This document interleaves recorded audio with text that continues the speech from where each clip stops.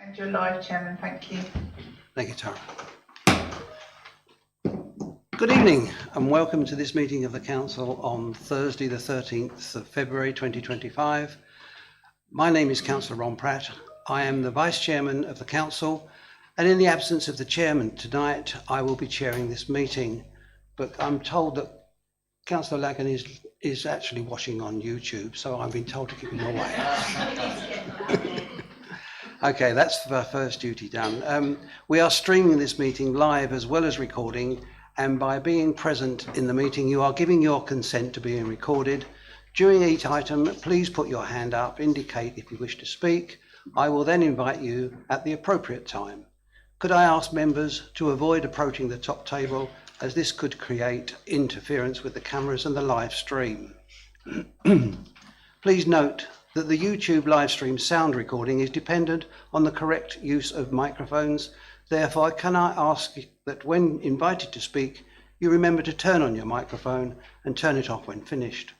Please reference a page or paragraph number when referring to the agenda or papers, and keep your contributions as clear and as concise as possible. We do not have any fire alarm testing scheduled for today. If you hear the alarm, please exit using either of the two marked fire escapes. Once out of the building, please proceed to the designated muster point located on the grass verge by the police station entrance. I'm asked to mention that the revised agenda pack that was sent out on Tuesday due to an incorrect report and appendix that was circulated. It's relating to agenda item 16, Statement of Licensing Policy 2025-2030. Ms. Bird, do we have any apologies? Yes, Chairman, thank you. Apologies have been received from Councillor Bassinger, Councillor Lagan, Councillor Lay, Councillor Morley, Councillor Shaughnessy and Councillor White. Thank you very much, Chairman. Thank you, Ms. Bird. Item 3, minutes. It is recommended that the minutes of the meeting held on the 12th of December 24, found on pages 9 to 18, are approved as a true, accurate record. I so move. Do I have a seconder? Councillor Morgan. Can be approved by assent. All agreed? All agreed. Thank you. Item 4, a little longer than usual, to disclose the existence and nature of any disclosable pecuniary interests, other registrable interests and non-registrable interests relating to items of business on the agenda, having regard to paragraph 9 and appendix B of the Code of Conduct for members. Members are reminded that they are also required to disclose any such interest as soon as they become aware, should the need arise throughout the meeting. Also, the Local Government Finance Act 1992, Section 106, will any members affected by Section 106 please note that any declarations to that effect should be made on the commencement of this meeting or immediately on arrival if this is later. Under Section 106, a member who has not paid an amount due to in respect of their council tax for at least 2 months after it became payable is precluded from voting on any matters affecting the level of council tax or the arrangements for administering the council tax. The member is, however, entitled to speak. Are there any declarations? There are none, Ms. Bird, thank you. Public questions. Sorry, Tara. We haven't received any questions from members of the public, but Leader, I understand you want to say something. Yes, thank you, Chair. In response to a public question on the 14th of November 2024, I provided a statement about the number of properties occupied at Westcombe Park. This was according to the council's council tax records. I would like to update the council on what we have been informed directly from correspondence from the master developer. On the 4th of December, that as of the 2nd of December 2024, the total number of occupations stood at 117 dwellings.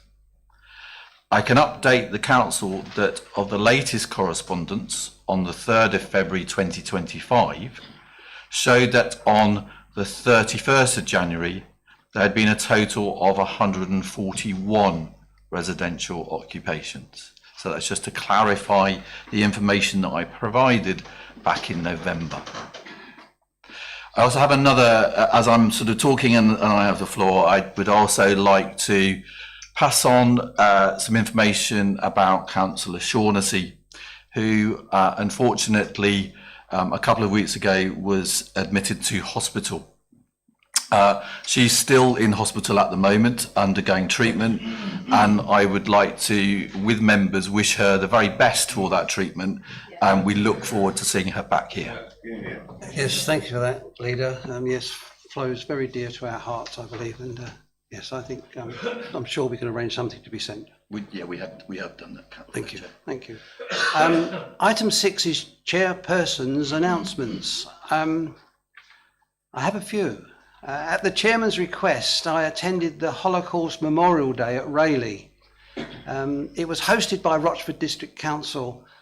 It was quite a moving event. It was, quite poignant. Yeah, we all laid tulips on a memorial. Yeah, it was quite sad. Last weekend, I accompanied the Chairman at the Day of Dedication at the Maldon Woodland Glade at the cemetery. And due to the storm last December, it was delayed and volunteers had planted the memorial trees normally planted by bereaved families. However, families were offered wooden plaques to write messages and hang them on their loved one's tree. The Chairman has also asked me to mention last Sunday's heavy vehicle meet at the Promenade Park and to thank all staff involved. He was approached while he was there by the organisers and told how good MDC are to deal with. Praise indeed. Finally, I shall continue with the Chairman's wish to suspend the need to stand when addressing the Chair. It is optional in accordance with Constitution Part 483. Item 7, the minute book, to consider any recommendations brought forward from committees as detailed on the agenda. And 7A, the Performance Governance and Audit Committee. I think I call on Councillor Stamp. Yeah, thank you, Mr. Chair. I rise to present the recommendations from the Performance Governance and Audit Committee meeting held on the 16th of January 2025. The recommendation is to amend the contract procedure rules in line with legislation under the Procurement Act 2023. There's two recommendations. Little one, that's subject to the above amendment, the Contract Procure Rules 2025 attached at Appendix 1 be approved to ensure that the Council is compliant with Procurement Act 2023. And little two, members, that the Council's Constitution at pages 218 to 242 is updated with Contract Procedure Rules 2025. I so move. Do I have a seconder? Councillor Bound. Oh. You're fine. No, you're supposed to do that. Carry on. Love to see you in command, Councillor Stamp. Sorry, Chair. So proposed and seconded by Councillor Bound. Is there any debate? Councillor Durham, you had your hand up. I had asked you to make a statement, I wasn't sure where you were actually wanted to. So should we take this vote? Yes. And then we'll do that. Okay. I have a seconder. Do we agree by assent? Agreed. Okay. Councillor Durham, you wanted to make a statement. well, thank you, Chairman. I wanted to do it after the Chairman's note. This is just a statement to you, Chairman, members and CLT. I don't think there's any doubt that the last 6 months have been very tough. With a cancer diagnosis and surgery at the end of last year, and then to cap it all, last month, my oldest son, Tom, died suddenly, unexpectedly, and as yet unexplained. At only 39, he leaves a wife and 2 young daughters. I'd like to express my sincere and heartfelt gratitude for all of the messages of condolence, the cards and the lovely flowers that were sent to us. Clearly, this has been a very difficult time for me, Tom's widow, his mother, and his 2 younger brothers. Councillor Driver has ably covered for me, and for this I'm truly grateful.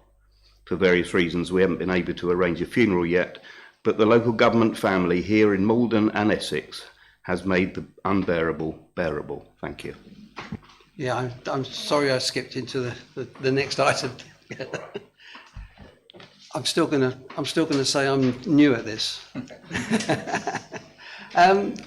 7B, Strategy and Resources Committee. I call on Councillor Driver to present them.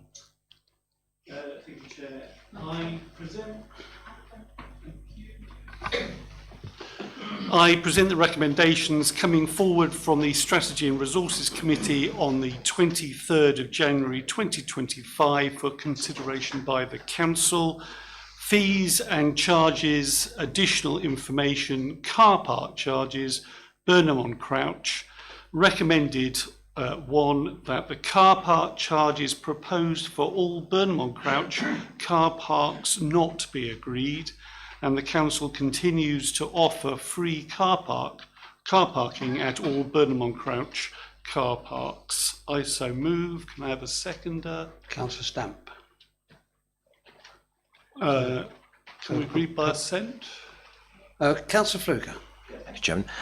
Just a couple of points of clarity over this. As members probably know, this is quite a controversial policy that was brought forward. I mean, my first question is, and it wasn't answered on the 2 occasions this came before the Strategy and Resources Committee. My first question is, why wasn't the doctor's surgery consulted with? And as far as the politics of this is concerned, Chairman, why, bearing in mind the car park task and finish working group and finance working group both agreed to these proposals, which allowed it to come forward to Strategy and Resources, why didn't the members of those groups actually support the proposals at committee?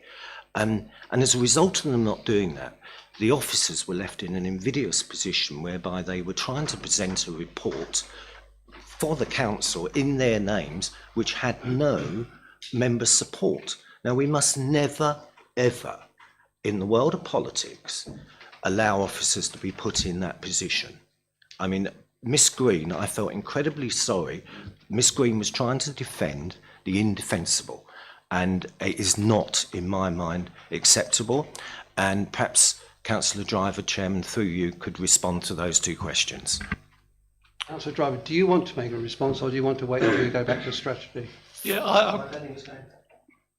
well, I'm happy to give a written response to Councillor Fluker. I mean, unfortunately, a written response isn't, it's not enjoyed by all the people who might be listening to this. And bearing in mind how many people are involved in Burnham about this, and they're very, very concerned about what's gone on here, because clearly the 2 working groups involved supported this. It came to committee, and they were silent.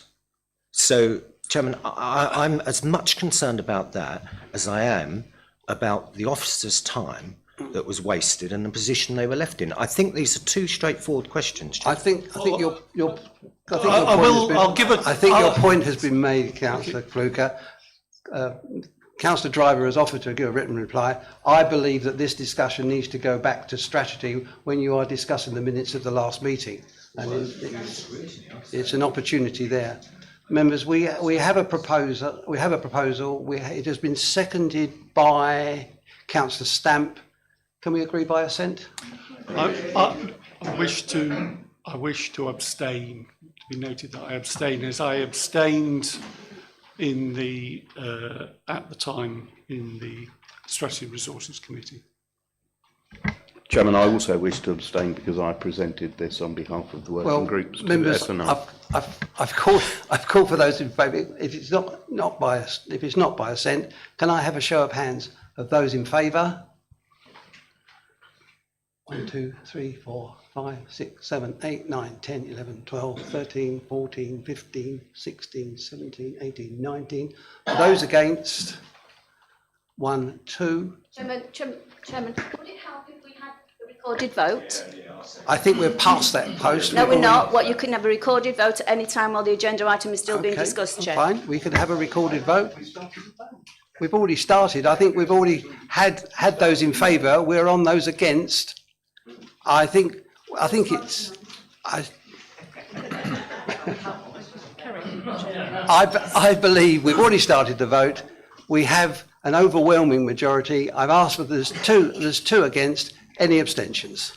1, 2 abstentions. Ms. Bird, have you been able to catch up what's going on? There was 16 for, 2 against, 2 abstentions. Yes, thank you, Chairman. Councillor Driver. I will carry on then. Would like to continue. Yes.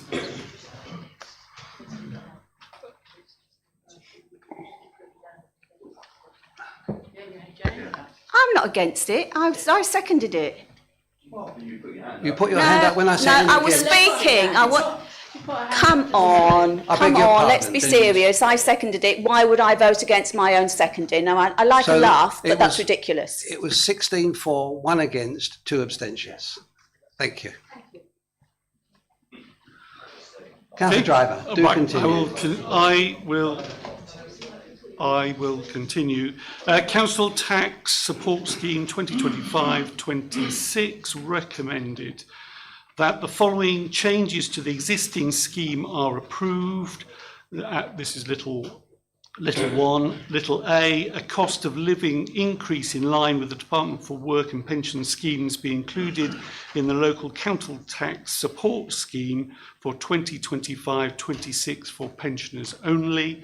Little B, that any legislative changes being introduced to the housing benefit scheme for 2025-26 are mirrored in the council's LCTS to ensure consistency.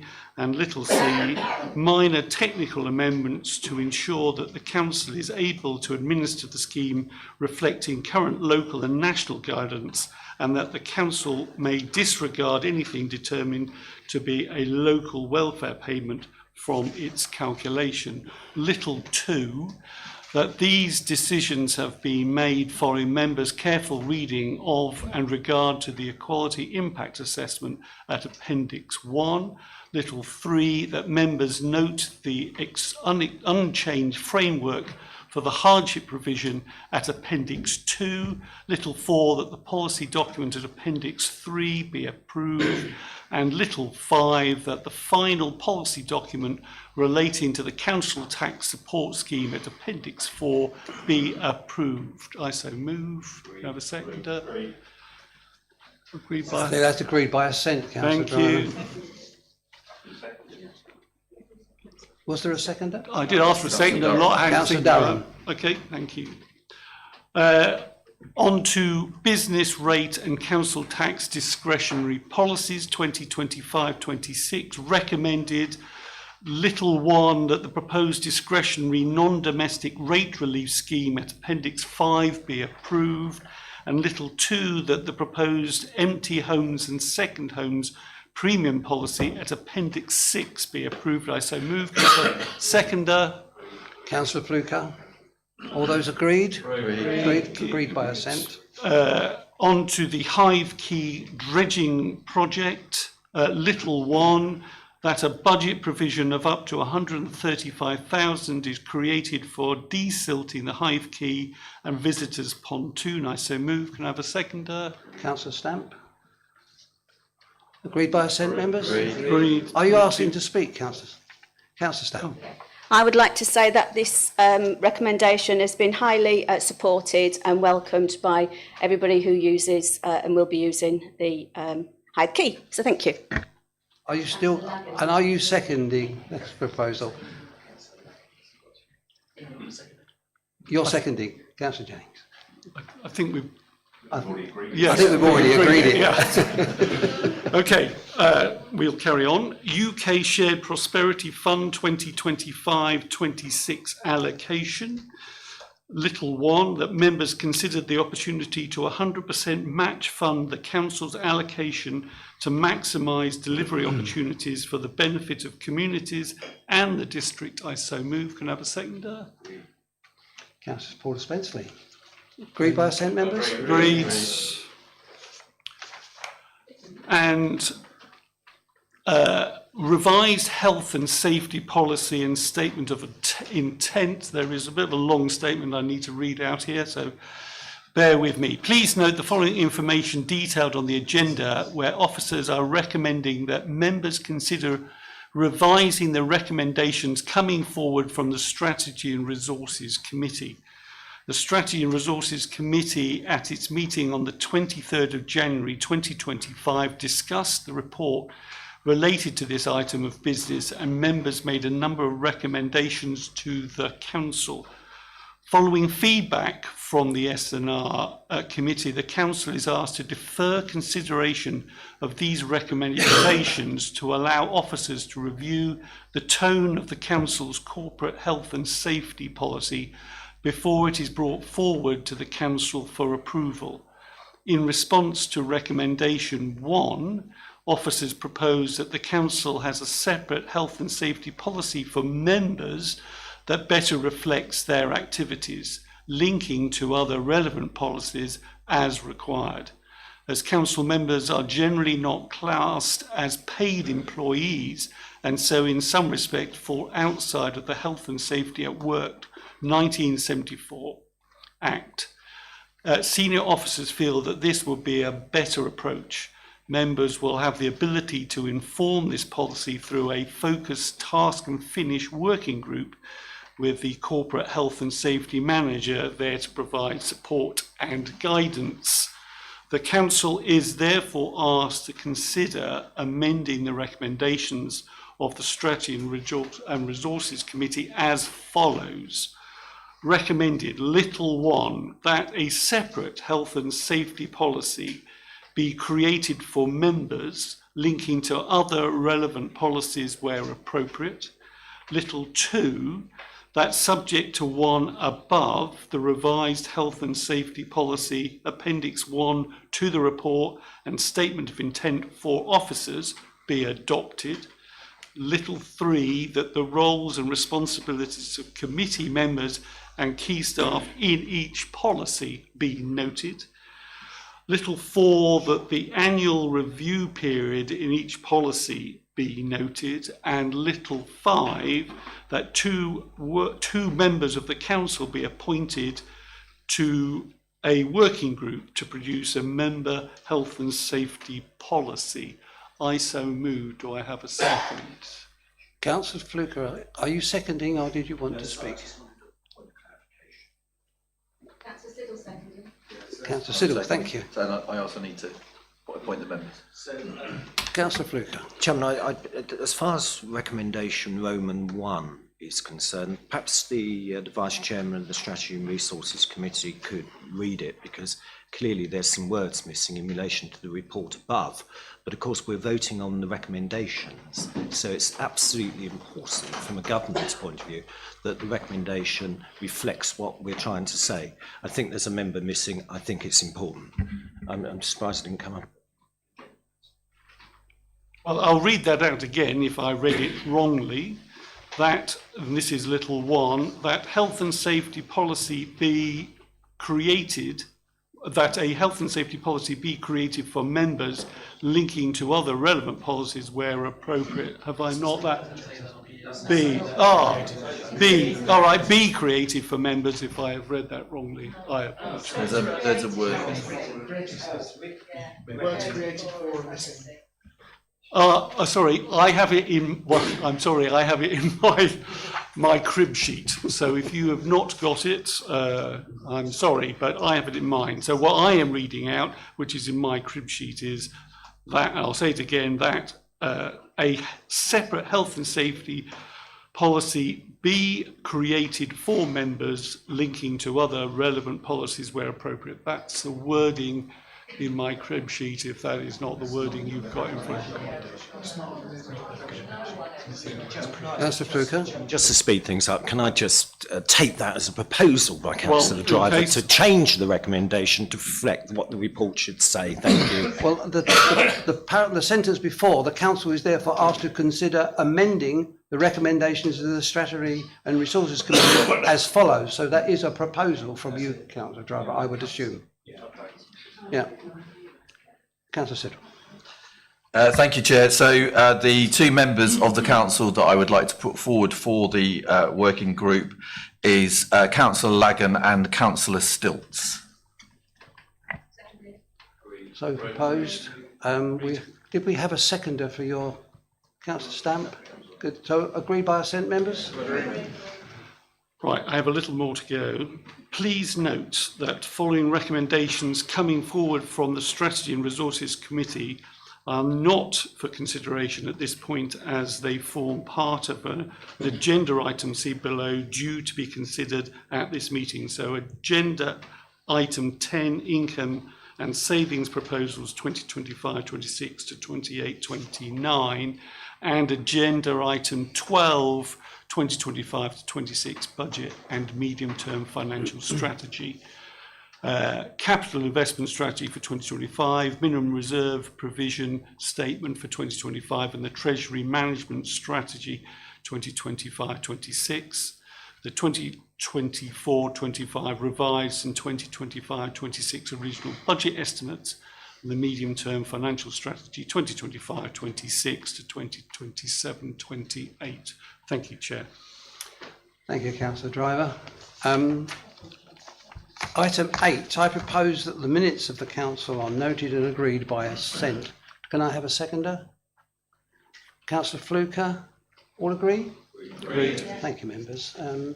Item 9, I move that the council resolves that under section 100A brackets 4 of the Local Government Act 1972, the public be excluded from the meeting for the following item of business on the grounds that it involves the likely disclosure of exempt information as defined in paragraph 3 of part 1 of schedule 12A to the Act, and that this satisfies the public interest test.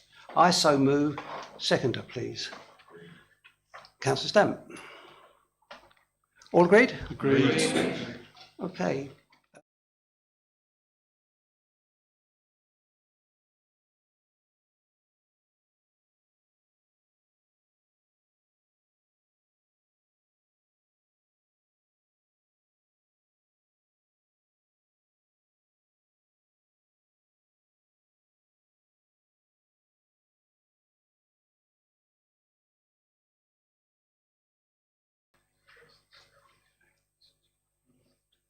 Chairman, you're live again. Thank you. Thank you, Ms. Bird. Item 12, the 2025-26 budget and medium-term financial strategy. It's found on pages 263 and 412. Members' attention is drawn to Procedure Rule 13 brackets 5 that sets out the requirement for any vote taken at a budget decision meeting as defined by the Local Government Finance Act of 1992 to be recorded in the minutes. This applies to items 12B and 12D. Members' attention is also drawn to Procedure Rule 1 brackets 13A, which sets out the time limits in relation to the budget speech, and Rule 1 brackets 13B detailing the requirements for making alternative proposals or amendments as part of the budget and council tax setting. Leader, this is your chance to make an impression. You have 15 minutes. Okay.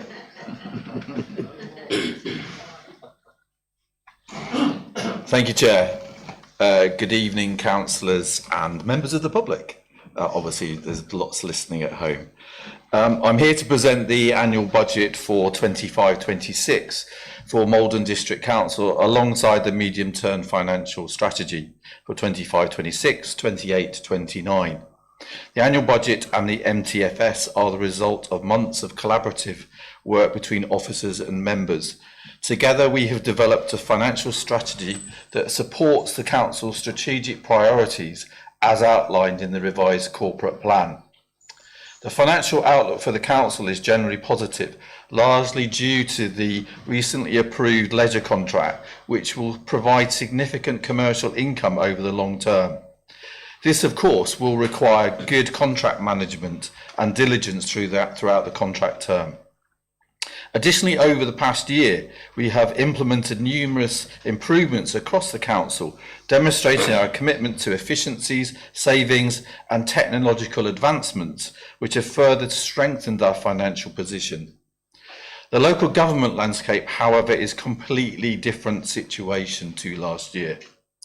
Local government reorganisation and devolution changes some of our priorities and our focus as members. We need to ensure that we leave the Maldon district in a good place, and that we have plans to ensure that we are focused upon what we can do for the long-term benefit of the district. I would like to thank Mr. Cookson for getting to grips with the finances so quickly, and I know we all appreciate the excellent finance team we have at Maldon. That, alongside our new Chief Exec, Mr. Wilkinson, and our Deputy Chief Exec, Mr. Dodson, who, working with our Assistant Directors and Budget Managers, have ensured we produce a balanced budget. I know we really appreciate officers' work and the members of the working groups for the diligence, commitment and constructive challenges, ensuring the proposed budget is robust, sustainable and reflects the needs of our community. With the revised corporate plan, we now have the opportunity to set the service delivery plans to the budget. This will enable us to deliver on a council that works for its residents, businesses and visitors. I want to thank members of all the political groups and the non-aligned in the way that we work constructively together to enable a council that is stable and focused, that has improved how we are seen locally, in Essex, regionally and nationally. We have presence on both regional and national working groups and organisations. We can be proud of what we have achieved. Our commitment to delivering good quality services continues, with officers delivering for our residents. There's more we can do to improve how some of our services are delivered, however. We've listened to our residents, and as part of the budget, we are reintroducing green bags for food recycling. This will not be an immediate change because obviously we've got to buy them, and it will happen in the new financial year. But I'm sure residents will appreciate that and help us continue to deliver in the highest recycling rates in Essex and to continue to be one of the best councils in the country for our waste services. As part of our corporate plan, we have a focus to support our local businesses. I'm therefore really pleased that members supported the recommendations not to introduce car parking charges in Burnham. Across the council, we are introducing new systems, software, processes that we have improved our services and become more efficient. This has brought benefits to our residents and increased savings. The introduction of the new leadership structure has fostered closer collaborative working between officers and members. This will continue this year, and we will work with both officers and members to take place, identify and establish the best way for this organisation to be structured. This will enable further efficiencies and also support the reorganisation through the local government reform process. We have initiated several projects to enhance community facilities and accessibility. These include upgrading play areas, improving the BMX track, adding new accessible play site at Riverside Park.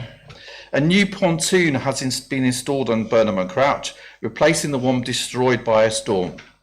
New skate parks are being developed in Maldon and Burnham and Crouch. With limited resources and a team effort, the council successfully delivered its £1 million UK Shared Prosperity Fund, allocating investing in projects across the district. We also awarded 19 rural England prosperity grants, totalling 396,000 to businesses in our rural community. The council continues to collaborate with Essex Police on community safety, and with PFCC funding has increased speed enforcement at our district hotspots. The community engagement team is expanding services like community patrols and speed enforcement from April 2025. Our partnership with the NHS has been fruitful, delivering health and wellbeing activities, prevention campaigns and the One Maldon District Partnership work. Through this collaboration, we have provided 63,000 of Thriving Places funding to communities across the district. We have supported 5 community-based projects to enhance their delivery and further support residents in areas of mental health, reducing social isolation and access to services. We have also strengthened our relationship with the NHS and Mid and South Essex Integrated Care Board. The challenges of the health service still exist in the district, and the Chief Exec and myself have been part of a working group to ensure that the services remain in the district. We are also working with the community. We do seem to be working towards a long-term solution, and the provision of health services in the district is in a much better position than it was this time last year. It's been a successful year for delivering public health, Sports England, Active Essex, Active Maldon. The Beat the Street campaign saw over 5,000 residents participate, walking an impressive 38,650 miles. We have invested in various sporting activities, including swimming sessions for children with SEND needs, new football and tennis equipment, and after-school activity clubs. Our supporting local business programme has also been successful, with fully subscribed business events and support. The Let's Do Business group has achieved remarkable results, doing much more for our businesses at a fraction of the previous cost. As part of our corporate plan, we will be developing a culture and heritage strategy. This will enable the council to support tourism, culture and heritage, which plays a vital part in our economy. Looking ahead, we will continue to improve processes to enhance customer experience and organisational efficiency. We will be data-driven, updating corporate reporting and performance indicators to measure the delivery of the new corporate plan and maintaining a robust corporate governance processes to deliver value for money. We can really focus on our budget and service delivery plans so they are tied together for the first time, and members will be involved in the service delivery plans. We will continue with the IT strategy roadmap, reducing systems and cost, developing more cost-effective contracts, and delivering new technology improvements, including the use of AI. We will develop our organisational development and workforce strategy to ensure we are well-resourced and that staff are suitably trained. We will invest in our assets, updating and installing leisure equipment, improving open spaces. We work to deliver an updated local development plan and work with our partners to attract inward investment. The Chancellor's autumn budget confirmed another one-year allocation of UK SPF funding. We will look forward to investing the 320,000 in more projects across the districts. I am really pleased that members supported the match funding, which means we can spread that in terms of community investment across the district. And we really look forward to getting project proposals from the district to use that allocation towards the community. I'm under no illusion as to the scale of the challenges we face. However, I remain optimistic that by continuing with our collaborative working, and I'm sure all members welcome the opportunity to continue with this, and that together with officers, we will meet the challenges over the next few years. With the demands that we face, working with our external partners is crucial to the lives of residents and the success of organisations within the district. I'm sure we can deliver the best possible outcomes for the district, both now and in the future. Members, the proposed budget and MTFS before you this evening provides a financial framework and strategic plan for us to deliver the priorities to our corporate plan. I believe we have the financial resources, workforce, leadership and determination to achieve these goals. I look forward to your supporting this budget and the medium-term financial statement presented this evening. Thank you, members.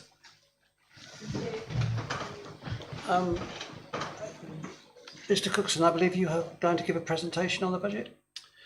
Or is it response? Well, I've got here the interim chief finance officer will now give a presentation on the budget, and I'm looking to you to say yes, because it gives the opportunity for the opposition leaders to write their response. But they have seen it in advance. They have seen my side. I do give them well in advance. I'm in your hands, Mr. Cookson. Would you like to do it now or after the responses?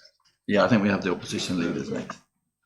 Okay. All of them. I shall call on, well, all three. We have 15 minutes, so it's 5 minutes each. Shall I call Councillor Stilts first, followed by Councillor Driver, and then Councillor Morgan? So, Councillor Stilts. Thank you, Mr. Chairman. The Maldon District Support Group would like to thank all the officers for the hard work which goes into producing a budget for this council. We recognise that this is a cross-party budget with everyone represented on the working group, and that, as the leader implies, it supports the corporate plan and the strategic priorities of the council. We also want to ensure that Maldon is in a good place for the future years and carries on supporting our businesses, tourism and residents. We therefore support the recommendation, and we're really pleased, to not introduce car parking fees to Burnham on Crouch. Also, the desilting of the Hythe Quay, which everybody that uses the Hythe Quay will say is totally needed. We also support the reintroduction of the food green waste sacks to our residents. We are pleased we have managed to deliver 1 million of prosperity money across the district and look forward to more. The group is committed to working together in partnership with the other groups to ensure that we collaborate with the police, the NHS, to keep our services local for the residents of our district. Thank you, Mr. Chair. Councillor Driver.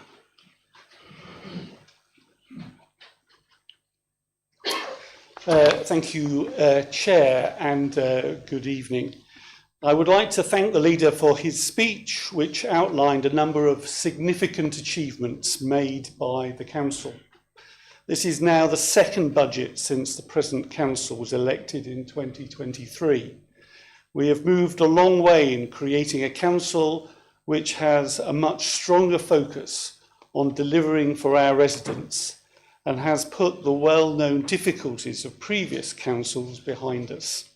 However, there is still much to be done.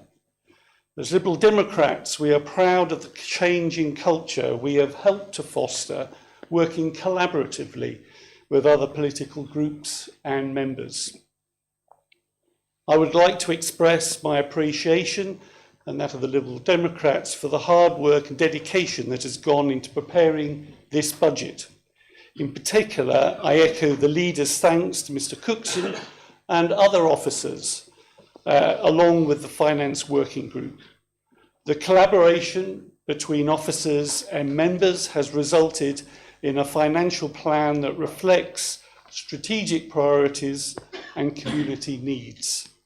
It is encouraging to see a positive financial outlook, but there is still work needed to ensure we have a council fit for purpose in all areas of delivery. Working to achieve value for money while ensuring we deliver and improve, wherever possible, our services for residents must be a continuing aim.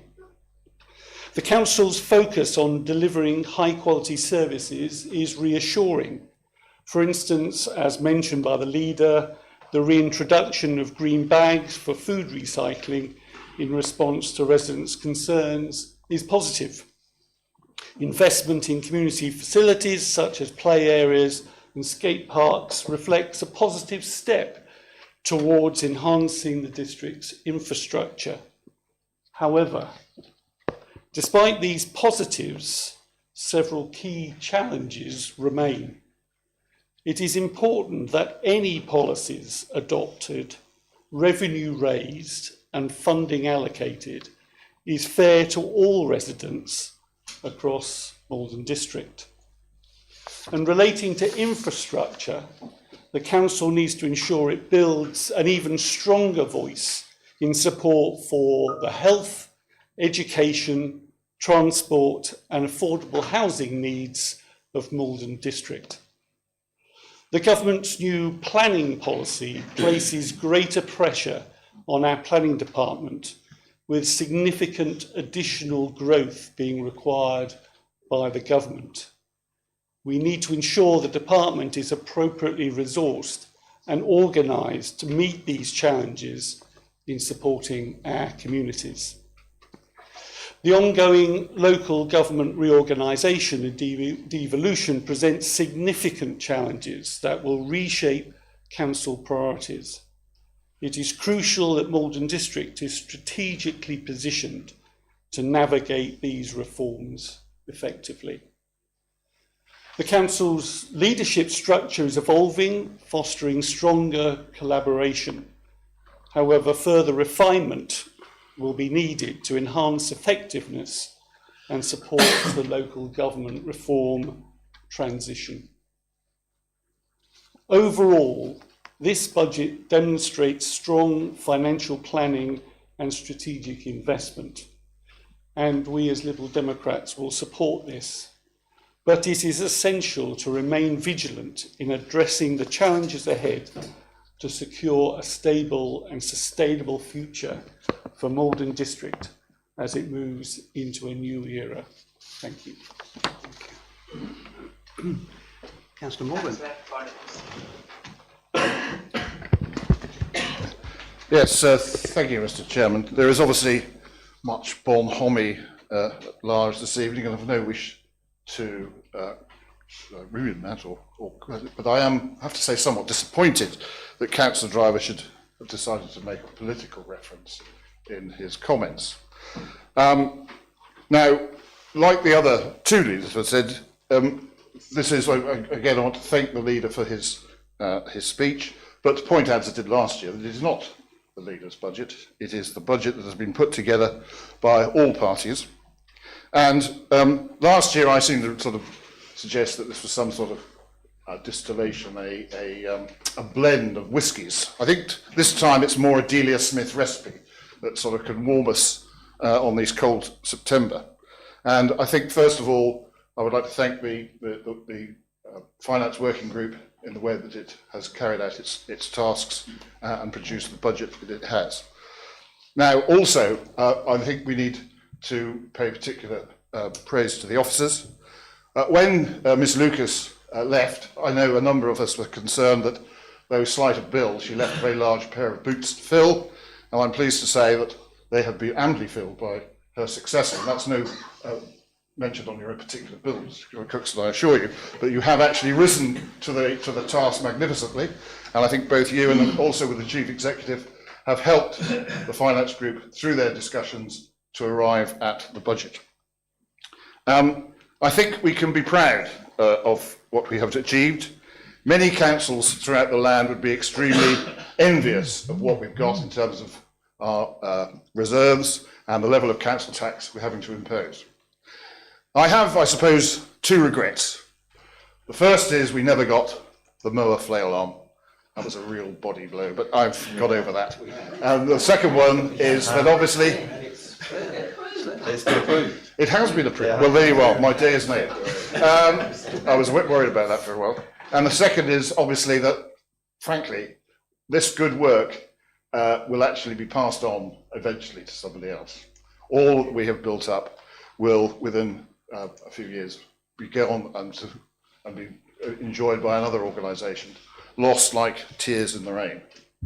But that really isn't important. Who works in this chamber, or if indeed this chamber exists, is not particularly important. The important thing is the residents, and that we have done our best for them. And I think we can say that we have done our best in this, and I therefore commend the budget to the chamber. Thank you, Mr. Chairman. Leader, you have a right of response if you need. You've got 5 minutes if you want 5 more minutes. I'm happy to move on.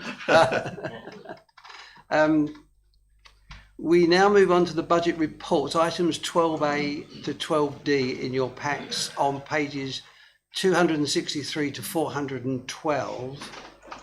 Please be advised that an updated version of Appendix A to Agenda Item 12D, Council Tax 2025/26 was published only this afternoon. The amendments relate to an error in some of the council tax band figures. This has now been corrected, and I am advised there is no overall impact on the amounts involved for the council's budget setting process.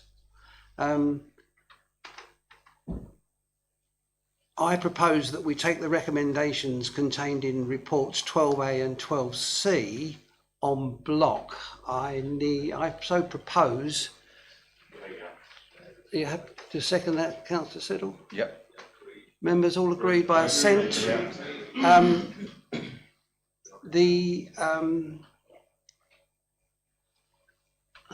So we've done 12A, we've done 12C. Now 12B must be a recorded vote. The recommendations are found on page 337 of the report. Ms Bird, are you ready to take a recorded vote? Little one is that the following be approved. I'll just read out the recommendation. One, the following be approved. A, the revised 2024-25, original 25-26 General Fund revenue estimates on appendices 1, 2 and 3. B, an average Band D council tax of £232 and a penny. excluding the precepts of £6.74 increase for 2025-26, which is Appendix 1, and C, the policies on the designated use of financial reserves, which is Appendix 4. Little 2, that the Council maintains the current policy of a minimum general fund balance of £2.6 million, and little 3, that the Council gives due regard to the interim Chief Financial Officer, Section 151 Officer, statement on the robustness of budgets and adequacy of reserves, which is in Appendix 5. I so move. Seconded by Councillor Durham, but Councillor Fluker, you had your hand up. Did you want to respond? Sorry, Chairman, I just wanted to ask a couple of questions in relation to the report. But first, Chairman, with regard to the budget, can I just recall my own disappointment that nobody's spoken to try and address the enormity of the amount of people that are on the housing waiting list for this district. And I can see people agreeing. We do have a disproportionate amount in relation to the number of households in the districts, I found out today. And also, Chairman, you know, the people that are in emergency accommodation tonight, I always think of this when we have a council meeting. There's over 60 people in emergency accommodation tonight, and I really do think that we should work hard in the following 12 months to see that what we can do with this. And I know affordable housing is a very important part of that. But Chairman, going back to, we're on 12B now, Chairman, and in particular Appendix 5 and page 364. I just want to speak briefly to the assurance statement of the Council Section 151 officer. In relation to, on page 364, bullet 2, Chairman, this is to do with the leisure contract, and bearing in mind members were informed the leisure contract was robust and underwritten by a PCG. I'd like to know why the 151 officer is saying that, well, why he has identified the volatility of the contract as a risk, and can you confirm whether or not the terms of the contract will now be shared with members? Because I understand now that the procurement process is finished, then it becomes a public document, and I think all members would like to see that. But you know, we've been promised a huge return on this contract, and the 151 officer, quite rightly in my mind, has identified the volatility of it of being a risk. I think his answer's well rehearsed because I asked him before. Mr. Cookson. Thank you, Councillor Fluker. As it states in the point there, the volatility comes because it's demand-led, so we can't control it.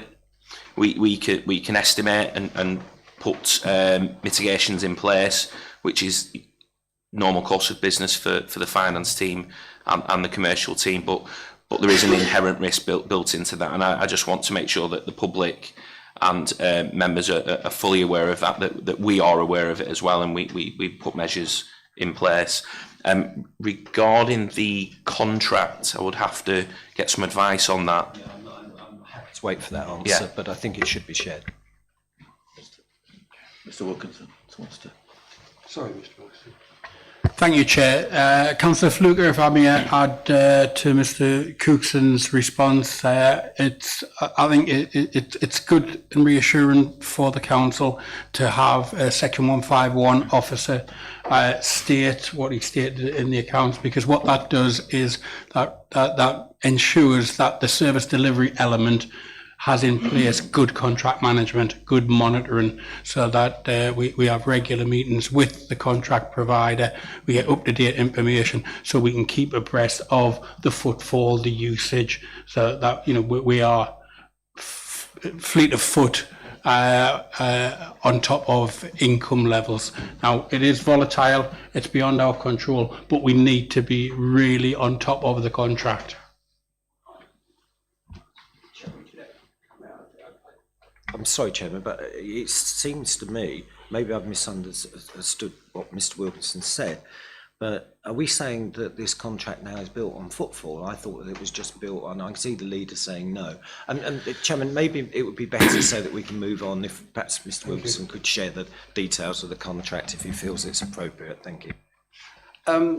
Members, we've had a proposal duly proposed and seconded. We need to take a recorded vote on 12B. Ms Bird, would you like to call the roster? Thank you, Chairman. Yes, members, as the Chairman read out the recommendations set out, if you could just indicate for, against or abstain, please, when I call your name. Starting with Councillor Bell, please. For. Thank you. Councillor Brown. For. Councillor Burwood. For. Councillor Driver.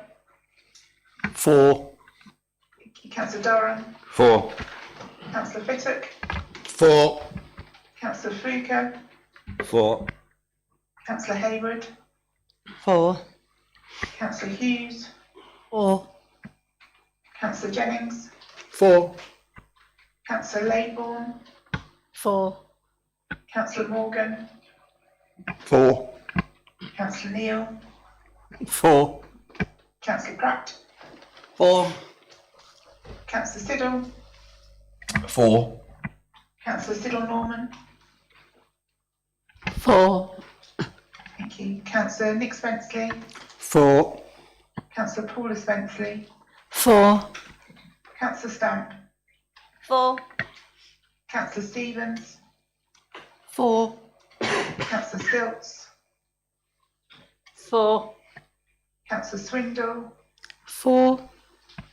Councillor Thompson. For. Thank you, members. Chairman, the results of that are 23 for, nobody against and no abstentions. Thank you. Thank you, Ms Bird. 12D, Council Tax 2025-26 on pages 403 and 412. Again, this must be a recorded vote. The recommendations are page 403 of the report. My screen will move. Little one, that Maldon District Council tax requirements for 2025-26 is set at £6,230. Well, Please no.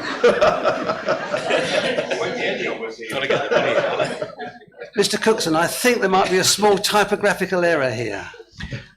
You got me. Sorry, which item were we looking at? 12D. Little one, little two. It's I.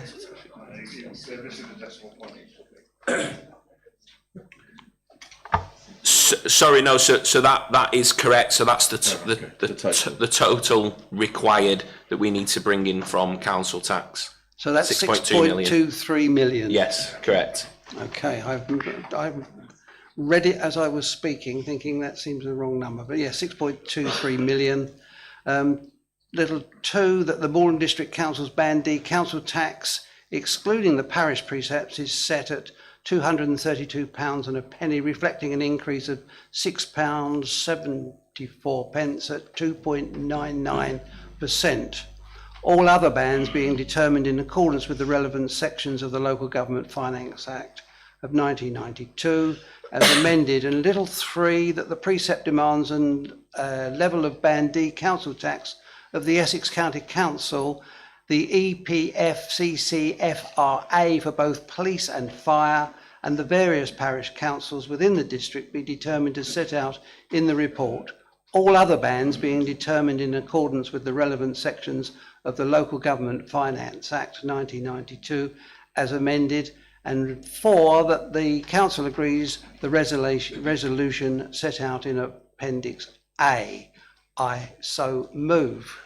Do I have a seconder? Councillor Siddle. Councillor Fittock, did you want to speak? Was that just a hand glance or a movement of the mic? Ms Bird, could you take the rope, please? Yes, of course, Chairman. Thank you. Members, if you could again just indicate for, against or abstain, please, when I call your name. Starting with Councillor Bell, please. For. Thank you. Councillor Brown. For. Councillor Burwood. For. Councillor Driver. For. Thank you. Councillor Durham. For. Councillor Fittock. For. Councillor Fluker. For. Councillor Hayward. For. Councillor Hughes, 4. Councillor Jennings, 4. Councillor Laybourne, 4. Councillor Morgan, 4.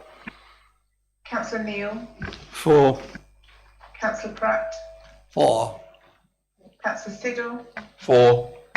Councillor Siddle Norman, 4. Councillor Nick Spenceley, 4. Councillor Paula Spenceley, 4. Councillor Stamp, 4. Councillor Stevens, 4. Councillor Stilts, 4. Councillor Swindle, 4. Councillor Thompson. 4. Thank you, Chairman. The results of that are 23 for, nobody against and no abstentions. Thank you. That is carried, and I can now move on to agenda item 13, questions in accordance with procedure rule 6.3, of which notice has been given, and I can advise we have not received any questions from members of the public. 14, council offices in Princess Road. We move to agenda 14. Leader. Thank you, Chair. I will talk while there's more moves up to the desk. A couple of years ago, we were looking at whether we moved from these offices, and I think that's been a discussion this council has had over numerous years at different times and at different points. And I think now with the local government reform landscape, we have to make a decision about what we do. And we were talking about this last year, and we realised that this has to come back to full council, because previously in March 2023 it was a council decision which at that point was looking at various different options, either staying or going somewhere else. So we've now got to confirm where we are going to be in terms of our officers, so that we can then work out what we might do. Again, since the initial discussion of this at the end of last year, the political landscape has again changed quite dramatically. So some of these options really are quite questionable, which at the time seemed quite sensible. So some of the ideas in the report, I think now aren't a feasible thing to do.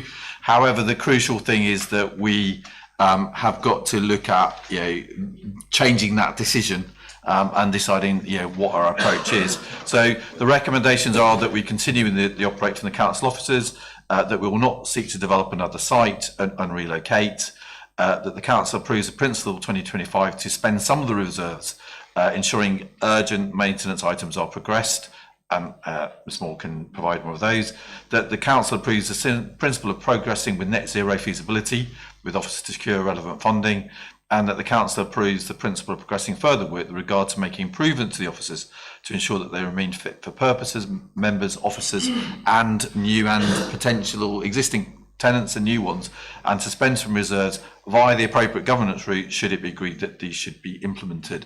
I will hand over to Ms Moore. Ms Moore. Thank Good you. evening. Good evening, everyone. Thank you for the summary there, Leader. I think that was very comprehensive. In terms of the paper presented to you this evening, just to summarise in terms of the contents, so the location of the council offices and the viability of the council building has been debated for some time, and most recently, as explained, in 2023 when the latest feasibility study was concluded. At that point, the intention was for the council to exit the Princess Road site in its entirety, and the purpose of that feasibility was to look for alternative locations. The options, the findings of that feasibility when it was presented to council were upheld, and the recommendations were two of the recommendations were taken forward by council.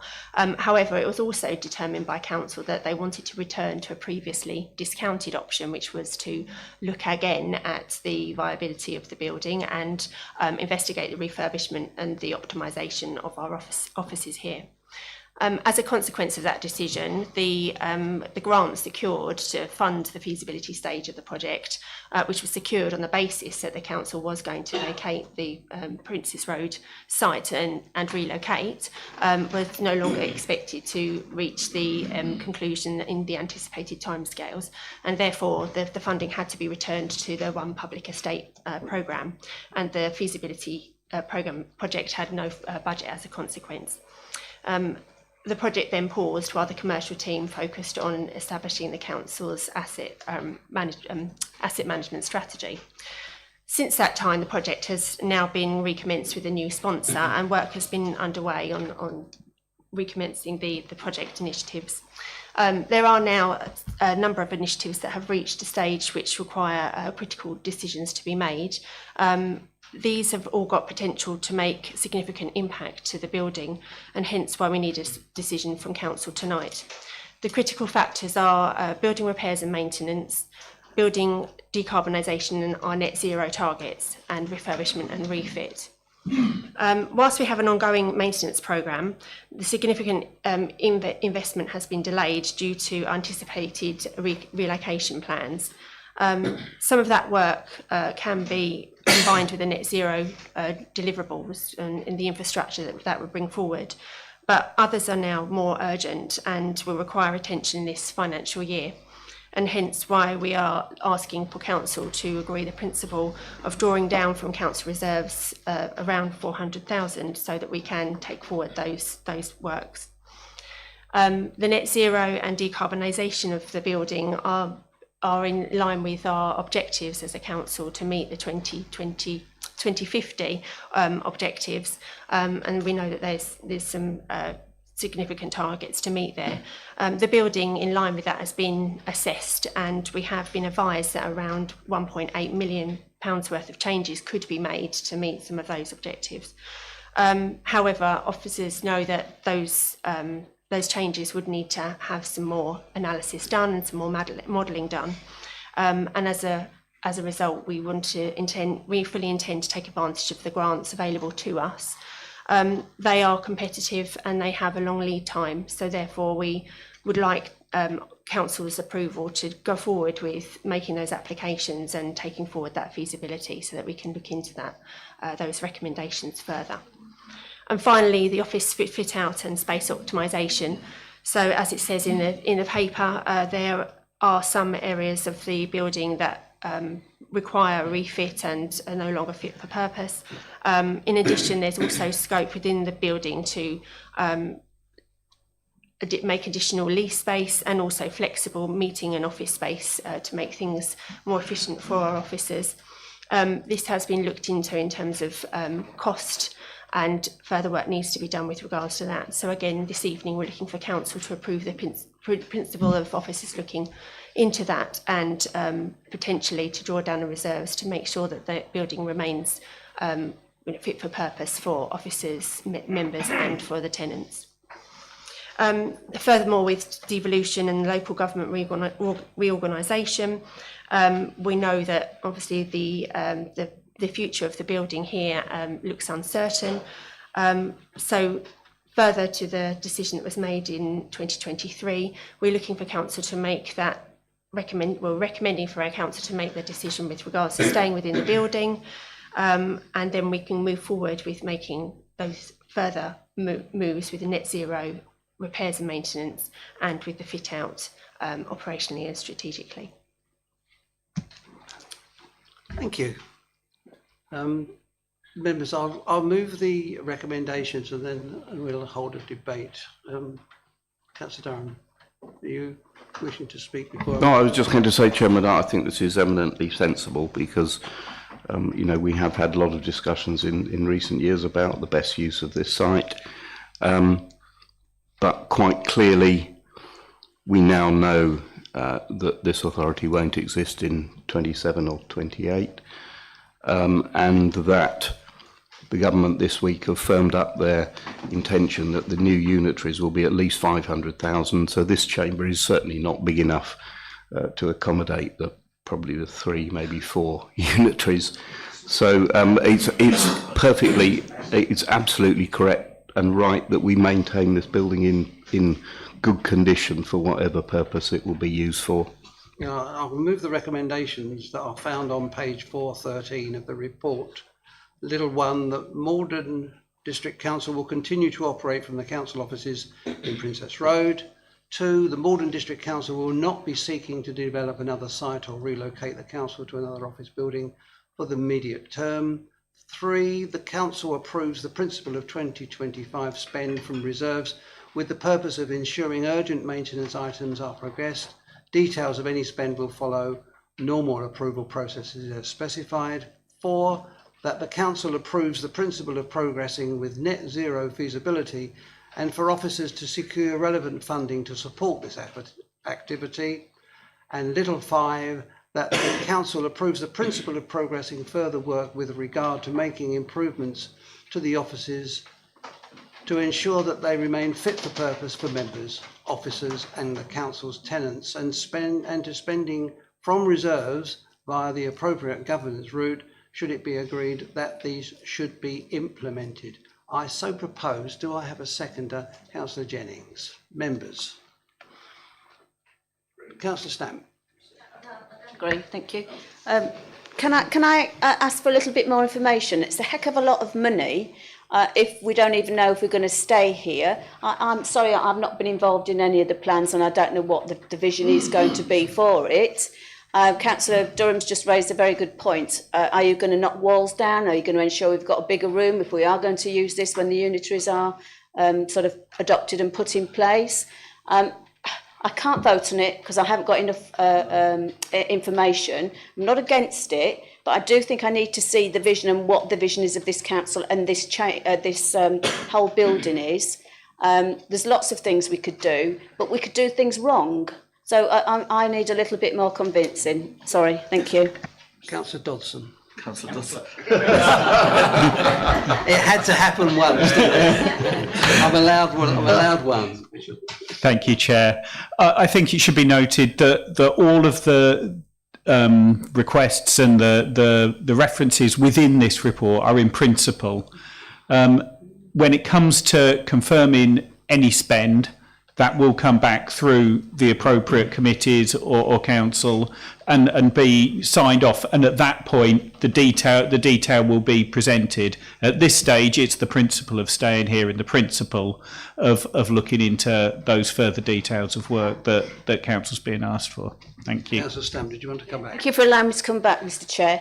I totally understand the principle, but I'm a little bit old-fashioned. You're saying you want 1.8 million. You must have some idea of what that money is going to be spent on.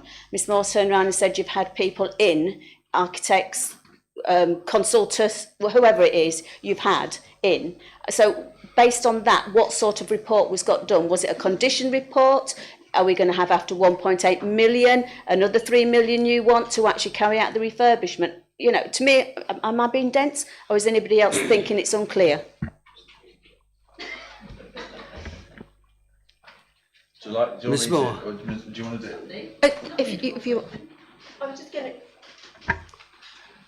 Can you hear me? I was just going to explain. There was 3 reports done with regards to the building, but that was with regards to the efficiency of the building and some recommendations that could be put in place with regards to net zero infrastructure. So their recommendations at this stage, they're early stage, so they know that further modelling needs to be done. It's a guidance at this point, so we know that there's work that needs to be done to give us more assurance around what we would like to do with the building. And as Paul has explained, we wouldn't be doing anything without further involvement with members, with working groups and with council. So the 1.8 is to give an indication of what spend could be put forward, but we certainly wouldn't be taking any steps without further input with members.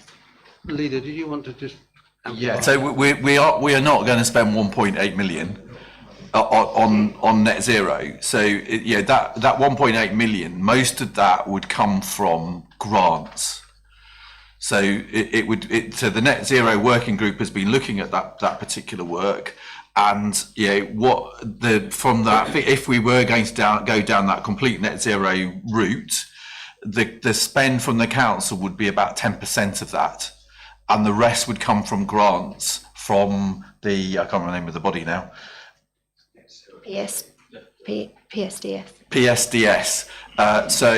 So we wouldn't, with that particular item, and again, that would still come back to council. We are not spending 1.8 million of our reserves on making the building net zero. Most of it will come from grants. Councillor Fluker. I take a lot of comfort in what Mr. Dodson just said, because he said there won't, any amount of spend is coming back to the council, so that's fine by me. I think my figures have been changing from 34k to 66,000 a month, and I appreciate there's some over the duration and life of this council. But I find this report a little bit odd because we've had 3 surveys done, but they're not attached to the report. I would have thought that what should be attached to this report is a list of urgent dilapidations. So we know exactly what we need to do, why. I would suggest that we allow those to be driven on health and safety grounds only. As far as grants, Leader, I will caution, I'm involved in a project at the moment where we are applying for significant net zero grants.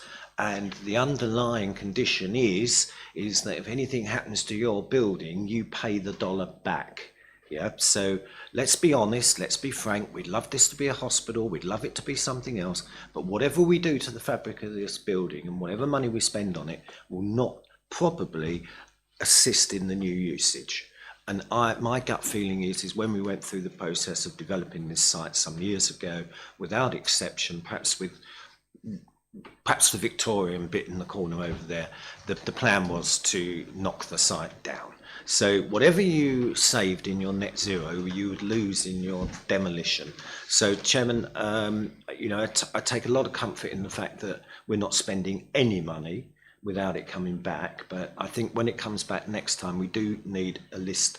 The starting point is a list of dilapidations and the timelines. If we all suddenly say, yes, we're going to spend all this dollar on net zero and everything else, and it's going to take 14 months to get it all sorted out, that means we're only here for another 13 months, and then we don't know what's going to happen. But I would suspect any unitary is going to look very closely at its assets, and they will asset strip in the same way as we would do if we were in the same position. So, Chairman, roundly speaking, I support the recommendations, but on the basis of what the Deputy Chief Executive said. Councillor Morgan. I really just want to sort of support what Councillor Stamp's saying, and that I would question whether there's any reason at all to make any payment in regard to net zero, considering that we're not going to be in this building within probably 2 years. And I would suggest that the priority is purely, as Councillor Fluker pointed out, to make sure that the health and safety of the occupants are put right. Other than that, I don't see there's any reason for making any further expenditure at all. Thank you. Councillor Durham. Yeah, thank you. I'm comforted by what Mr. Dodson has said, is that this is just in principle, because part of the devolution and LGR process is that there will be a structural change order issued, which will mean that all investment, all procurement and borrowing will be scrutinised at every district to ensure that it's in the best interests of the long term, which will prevent spending on vanity projects and large amounts of additional borrowing being taken out ahead of local government reorganisation. We haven't got a date for that structural change order, but it's going to be fairly soon, obviously, because one district in the south of Essex has incurred massive debts, and they are liable to basically come a cropper because of that. So yes, anything that we do in relation to drawdown of reserves will be scrutinised probably by the Section 151 of one of the 3 upper tier authorities. Councillor Paula Sensley. Thank you, Chair. So yeah, it's great. It's good that it's coming back, and this is just in principle, which I know because I'm part of the Net Zero Working Group. I just think we mustn't presume what's going to happen under local government reform, because if, as Councillor Durham said, we do end up with the 500,000 plus authorities, population plus authorities, presumably we will want something, hopefully, to remain here. And whether it will or not, whatever that form of that thing is, I think we should take some lessons from St Peter's, because this includes urgent repairs. And if we've got a building that really isn't fit for purpose at all and doesn't even have the basic maintenance or hasn't had the basic maintenance carried out that it needs, there's absolutely no doubt that we won't have this facility for either our tenants here or for any community facilities whatsoever. So I don't think I want to be quite so gloomy as to presume that it's all going to be demolished and we're all going to be trotting over to Colchester or wherever, that there might have to be, with an authority of that size, some local presence. So I think with that in mind, going back to what Councillor Durham said at the beginning, we should be looking to leave this building in fit condition. So I just add that to that. Thank you. Thank you. Councillor Driver? Yes, I would echo Councillor Spenceley's comments there. I'd also add that we have discussed dilapidations. It may well be that resolving a number of those dilapidations, potentially windows, would be part of some net zero work. So it seems to me that the two could coincide very well, and it's not net zero or nothing. I think the two will work together in many instances. Thank you. Councillor Fluke. Point of clarity, really. Well, I'm sorry you called my name, but I'll give way, Councillor Still. Councillor Stilts, I think your hand went up just as Councillor Fluke started to speak. But My hand went up ages ago, Mr. Chairman. I didn't see it. Oh, well. I would ask Mr. Chapman, who's in the room, if the report that the working group has seen on the net zero, which includes some health and safety issues that have to be addressed, and the windows are part of it, if that could be shared with members.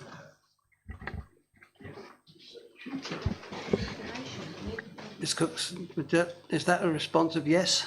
Yes, yes, certainly, yes. Really. So that's Mr Chapman, and he said yes. Yes, right. Councillor Fluke, you wanted to finish? No, it was just a point of clarity, really, based on what Councillor Durham said. Obviously, he's privy to a lot more information on local government reform than others are. But I'm just a little bit concerned because I didn't think another 151 officer could control us unless there's a statutory instrument in place, and there won't be a statutory instrument. Well, if you want to respond through the chairman, you're welcome to do that, but it's not what I'm hearing from local government reform, and I've just checked. My understanding is, Chairman, and is that the 151, our own 151 officer and our own monitoring officer would be charged in making sure that we do things properly. And sadly, Councillor Jennings, we don't take all of our cash and invest it in properties for the homeless, because if it was my decision, I would do that. But that's as far as I know.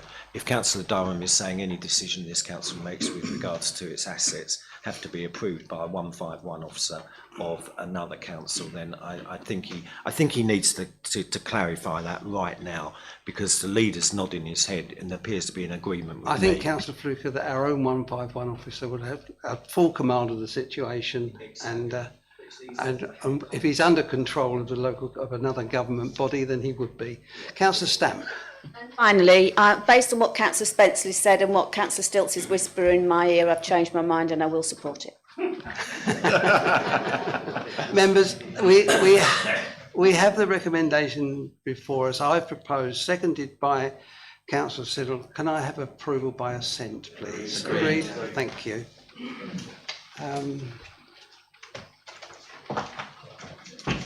Item 15, Consultation Response Standards and Conduct Framework.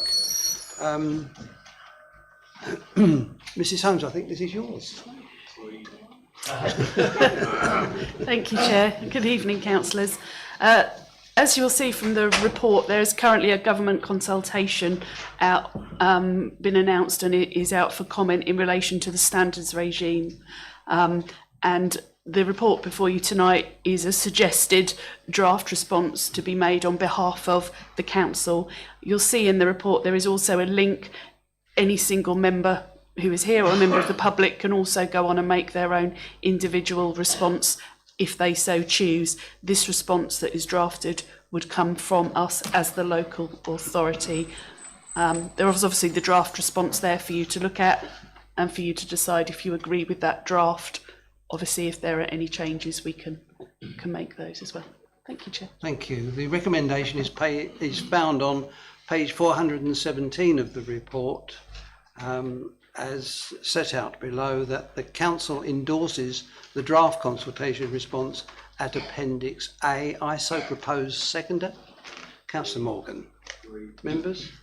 Councillor Stevens. Please do. Thank you, Chair. So questions 11 and 12 that are on page 420 of the agenda pack. Question 11 is asking if should local authorities publish an annual list of alleged code of conduct breaches and outcomes. And question 12, should investigations into the conduct of members who stand down before a decision continue to their conclusion, and should the findings be published?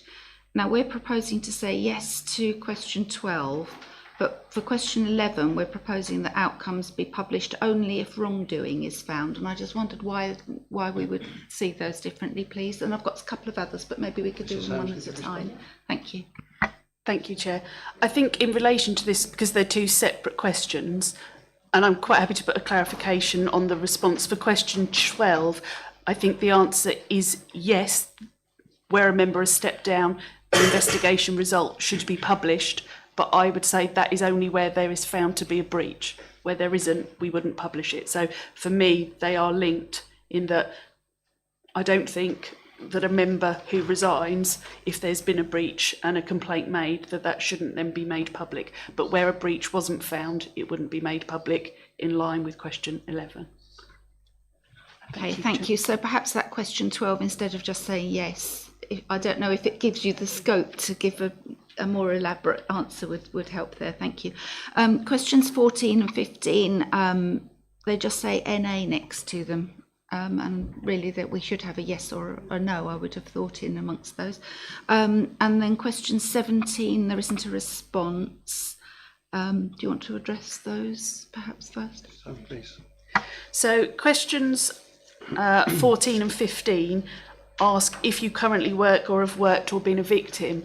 As this is a response from the council, didn't feel appropriate to give an individual, because they're aimed at a response from an individual rather than a local authority, and how you felt, whether you felt somebody couldn't come forward, and as a group it didn't feel appropriate that there could be a group response to that. That's very much an individual response, and that's the same for question 15. It's addressed to if you are an elected member, and obviously this response is going on behalf of the council, which is why no response has been left for that one. In relation to question 17, we currently have an employee assistance programme which provides support to staff, but that's also extended to members. In terms of, as a council, thinking what measures, I felt that was very much, again, an individual response in terms of a very personal position in terms of what would a witness or a victim feel comfortable, rather than being able to make a corporate response to that. But I'm happy to add any suggestions. Through you, Chair. Well, I think on question 17, perhaps we could state that we already do that and we support it and we think it's a good idea. That's why we're doing it, something like that. It doesn't seem a particularly personal thing to me, just to say that, yes, we do put measures in place to help people. And then my last question was on question 25. I'll just read that one out. It says, do you agree that the power to withhold members' allowances and to implement premises and facilities bans should also be a standalone sanction in its own right? And we've said yes to that, but I'm just sort of thinking how that could pan out. So it could be that you would bar somebody because of their behaviour from the premises, and then if they remained barred for 6 months, they can't come to any meetings in that time. So then they're suspended because of the bar, and yet you've chosen not to suspend them. I just think that could spin out a bit badly, really.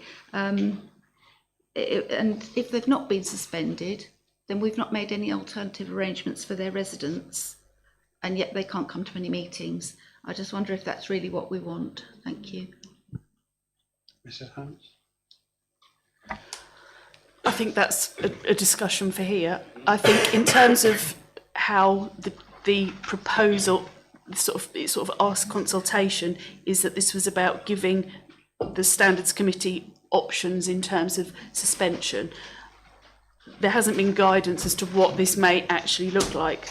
My interpretation was these were standalone things that wouldn't allow you to go over that 6 months. So if you were suspending someone's ability to come into the building, that would be for a set period, and there would be limits on how long you could do that for the reason that you've said. I'm quite happy to comment in terms of an additional comment to say along the lines of the point that you've just made, that by allowing suspension from the building, you're in effect suspending them, and that may cause this issue. I'm quite happy to expand on that. I think for me as monitoring officer, and potentially for the Standards Committee, is having a number of options open to them in terms of sanctions going forward. But I'm quite happy to clarify that if that is the wish of the Council. Thank you, Chair. Thank you. Leader, did you want to respond? I did, yeah. So it was myself and the chair of Joint Standards that worked with Ms Holmes to do this response. And we've only got to look back a couple of years to what we experienced and what we were unable to do. And that's why we thought that suspension was a really useful thing, that we could do it in exceptional circumstances. And it would be exceptional circumstances that we did that. On the question on, I forgot which one it was now, Councillor Stevens, I think it was about the publication. We felt that publication all allegations is not acceptable. It should be allegations that are then found to, that go to the joint standards, and that they found that there is a breach of the code of conduct. So therefore, publishing every single allegation we didn't think was an appropriate thing to do, and that's why the answer was no to that question. Councillor Stevens. Yes, I wasn't trying to suggest that we should publish things where there are there's no findings. Yeah. It was just that the person who leaves before the conclusion of an investigation into them, the answer as it stands implies we would publish anyway, even if it was found to be a malicious allegation.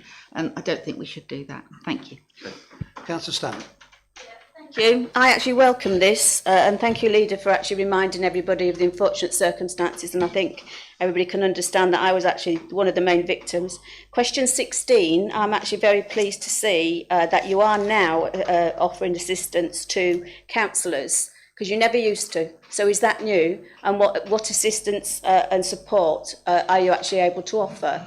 When it was unfortunate and going through what we went through, the CLT were very good with me, but my own group were the ones that really supported me through the difficult time. And so did, I remember the Conservatives. They were very, very supportive with all those difficulties and bullying and everything that we had to endure. So I actually do feel relieved that this has actually been filled in with that in mind of what actually happened at this council. So I actually thank you for doing it.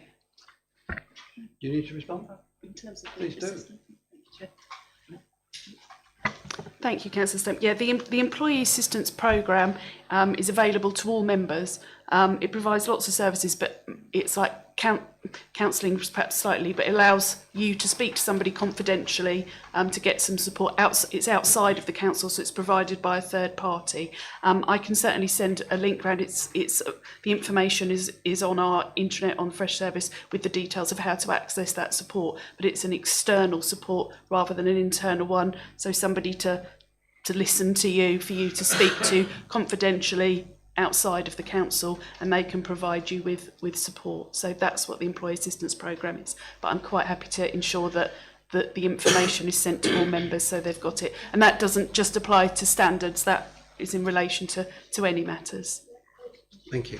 Councillor Durham and Councillor Jennings, and then Well, no, I was just going to perhaps say, we'll take the vote. thank you. Yeah, again, I welcome this because for far too long, joint standards had no teeth. They had no real sanction.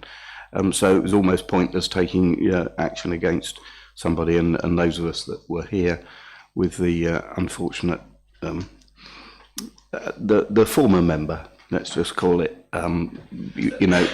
we were continually frustrated in being unable to take out any meaningful sanctions. So I think this is extremely good, and the ability to be able to effectively suspend somebody for a lengthy period of time, and it will be in exceptional circumstances, and gosh, we pray that we won't have that sort of thing again. But if the Joint Standards Committee has the teeth, it will certainly help to keep things in order. And finally, Councillor Jennings. Thank you, Chair. I'm familiar with the Employee Assistance Programme, as I have exactly the same service available in my full-time job.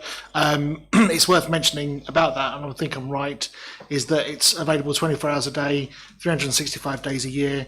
If the issue is deemed by the confidential people you speak to for them to bring to your employer, then they will do. Otherwise, it is kept away from your employer and it's just within the confidential surroundings. But it has proved incredibly useful for the organisation that I work for. So I heartily recommend. Thank you, members. I proposed, Councillor Morgan seconded, that the council endorses the draft consultation response at Appendix A. Agreed by assent? Agreed. Thank you.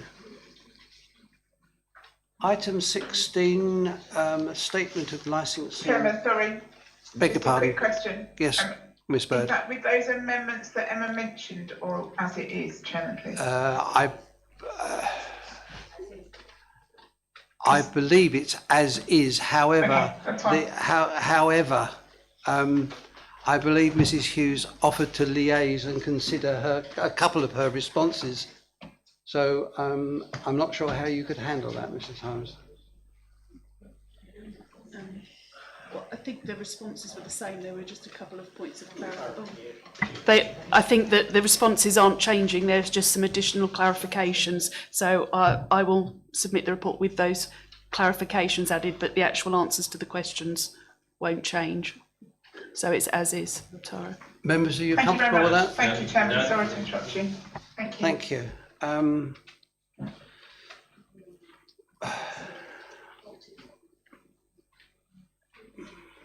Item 16 says here, Mr. Chapman. Thank you, Chair. Oh, there you are. Yes, I've snuck up the front. I was looking around the chamber for you. Thank you. So as a licensing authority under the Licensing Act 2003, Maldon District Council is required to publish a statement of licensing policy. This outlines the Council's general approach to upholding the 4 key licensing objectives of prevention of crime and disorder, public safety, prevention of public nuisance and protection of children from harm when making decisions under the Act. The Council's current policy was published in 2019 with an intended operational lifespan of 5 years, and so it's out of date and requires review and renewal. In July 24, the Licensing Committee considered a revised version of this policy which had been amended by officers to take into account current best practice and changes in legislation. The committee agreed that officers could commence a public consultation exercise and agreed that, subject to there being no significant changes to that policy content, that officers could bring it to the Council for adoption. The consultation exercise commenced on the 26th of August and ran for 6 weeks ending in October. As part of the consultation, officers wrote to a number of statutory bodies and key stakeholders requesting their views and also invited public comments via the website. The Council received responses from 3 consultees. Whilst a number of minor technical changes were made to the policy to reflect the comments from Essex Police, none of the changes were material to the content and it remains substantively the same as presented to the Licensing Committee, and so has been brought forward for discussion this evening. Thank you, Mr. Chapman. Before we take the debate, I know Councillor Durham has his hand up. The recommendation is found on page 427 of the report that the Council approves the adoption of the Statement of Licensing Policy 2025-2030 presented in Appendix A. I so propose. Do I have a seconder? Councillor Spenceley. Councillor Nick Spenceley, to avoid confusion. Councillor Durham. Yeah, thank you. I do agree with this, but I have come across an anomaly which I think is worth raising. Part of my responsibility is for Essex Outdoors. Essex Outdoors at Bradwell is predominantly a sailing organisation. Previously, and the boats that it uses have to be licensed, as do the boat operators. Previously, we've used Colchester City Council as the licensing authority. Colchester have now ceased to offer boat licences and boat operating licences.